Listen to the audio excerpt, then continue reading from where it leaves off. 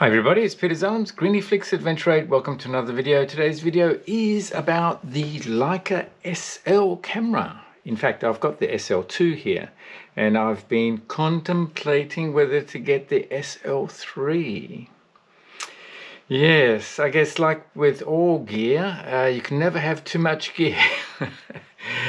So this video is going to be, okay, I'll let the cat out of the bag. It's going to be the unboxing of the SL3 and I'll give you the reasons why I'm upgrading from the SL2 to the SL3.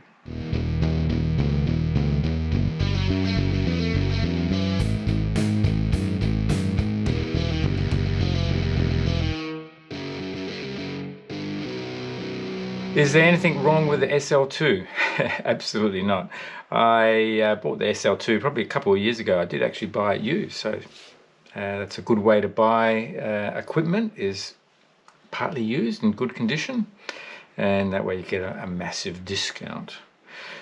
So I've been happy with SL2 and I've mainly been using it for my studio work. It's a fairly heavy camera, and when I got the SL2 I also got the 24 to 90 f2.8 to f4 lens, and this has been an outstanding lens. Actually, I've really been quite surprised how wonderful, how detailed, how much contrast you get, and the quality of the image that you get from this zoom lens. So most impressed. Oh, just a quick note while you're watching this video, I'm not sure whether you knew, but I'm associated with a number of companies, and those companies can provide discounts to my viewers and subscribers. So all you need to do is go to adventure8.com.au, just click on the website. Yes, just go shop discounts and you find all the different companies that I'm associated with. So for example, SwiftX, so you can set up a crypto exchange and get $10 worth of free Bitcoin. iTECHWORLD for camping, lithium batteries, backup systems for your home. REDTIGER for dash cams, BOUNUS electric bikes, and all sorts of different discount levels are available, and there are discount codes associated with each one of those, whether it be Adventure 8 or something else. So just go to the website. I hope you can take advantage of the discounts, and back to the video. And in fact, for my studio work and portrait work, the 24 to 90mm works really well in the studio.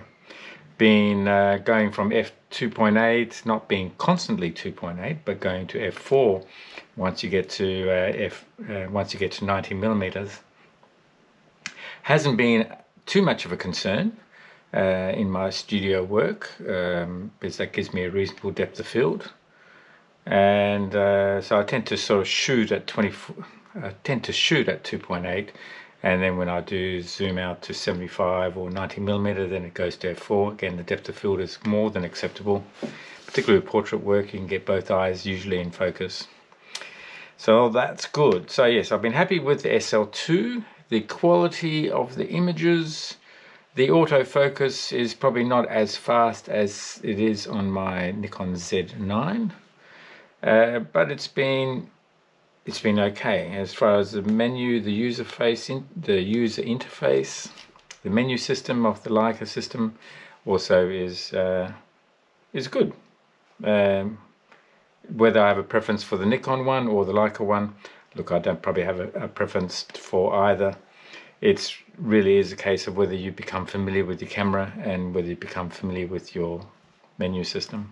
You only need one reason to actually upgrade your equipment, and for the SL3 the one reason was to have the flip out screen on the back of the camera. So on the SL2 there's no flip out screen. That was a reason to consider the SL3. The orders for SL3 at Leica are massive, whether you get them directly here in Australia or whether you go overseas to get your camera. I was able to find myself one that was partly used, slightly cheaper than the recommended retail price. So I bit the bullet and went and got myself an SL3. Here it is, the SL3. It's exciting. The boxing and the packaging has become smaller with Leica over the years. So the big box that had lots of drawers and everything has disappeared, and now it's quite a quaint little box. And as you could expect when you open up a Leica box, you're going to have a bunch of material. One of those things is the serial number of the camera or the lens, and there's got to be an inspector signature, part of the authenticity, a little bit of paperwork here, a bit of promotion as far as the Leica Federation. Anyway, about Leica, and some accessories, a welcome card to go visit Leica Welt, to visit the Leica Center in Germany.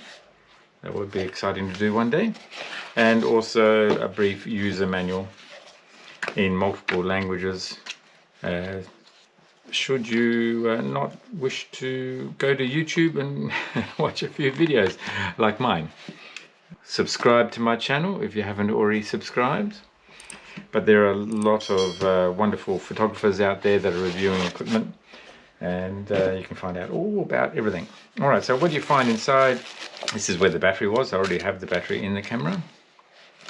Then you have your sync cord, but this is also your power cord now. So as long as you've got a power supply, a USB-C power supply somewhere, you then can plug in your camera and you can actually charge it as well. There is a strap here. I don't plan to use the strap. It's a Leica strap. Yeah, very nice. I'll probably be using my Peak Design straps and just using these lugs so you can detach and attach the neck strap as needed. Alright, and here it is. Here is the camera. Great.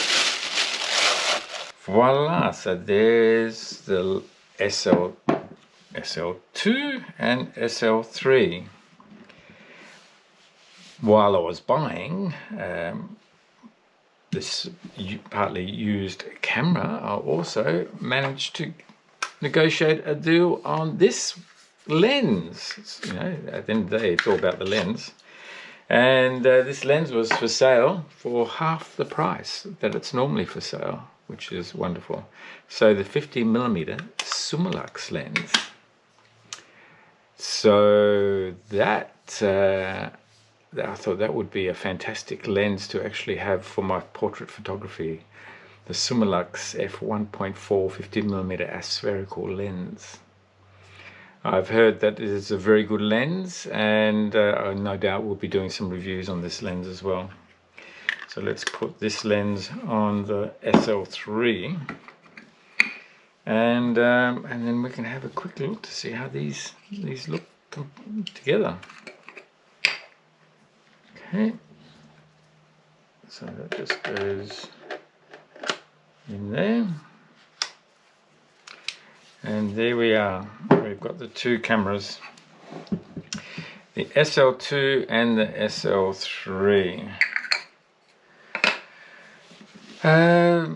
You can see they look very similar. There are some slight difference in size here. I think the SL3 is just slightly smaller than the SL2, and there's an extra knob. But otherwise they're very similar. And pretty much the buttons are in the same place. Now, where the difference is with the flip out screen. So the flip out screen on the SL3 is like that, so which is great. So you've got 45 degrees, so you can actually look from underneath if you have the camera above your head. And likewise, or you can go really 90 degrees, or even a bit further than 90 degrees. So you can basically take photographs from the waist and look down, which is great. So that was the main reason for getting the SL3, was just to get this little thing here, the flip out screen. Because it's a flip out screen, then the function buttons being on the left side of the screen for the SL2, now they're on the right hand side. The other major difference, besides a few other minor ones, is that this is 60 megapixel, and I think the SL2 is somewhere around the 47 megapixels. So a few more megapixels. I'm not concerned about megapixels at all, even though it does 60 gives you a bit of extra cropping range. But otherwise, everything is pretty much the same. The focusing system has changed on the SL3. I believe it's a combination of contrast and phase detect, whereas previously on the SL2 it was all contrast. Whether there's a big difference in the focusing performance for my use case, which is basically the studio work and portrait photography, that we'll see. Alright, so yeah, just a brief video. I'm expecting the handling to be very similar, and we'll see how it performs in the up and coming tests. Thank you for watching. If it's the first time to my channel, or you haven't already subscribed, then press subscribe, press notifications, you'll be notified when the next video is out. Give me a thumbs up if you liked the video, that's how you support the channel as well. Do visit my website for discounts with affiliated companies that I work with. Thanks again for watching. Look forward to seeing you on the next video when we start to put the SL3 through its paces. Cheers. Bye.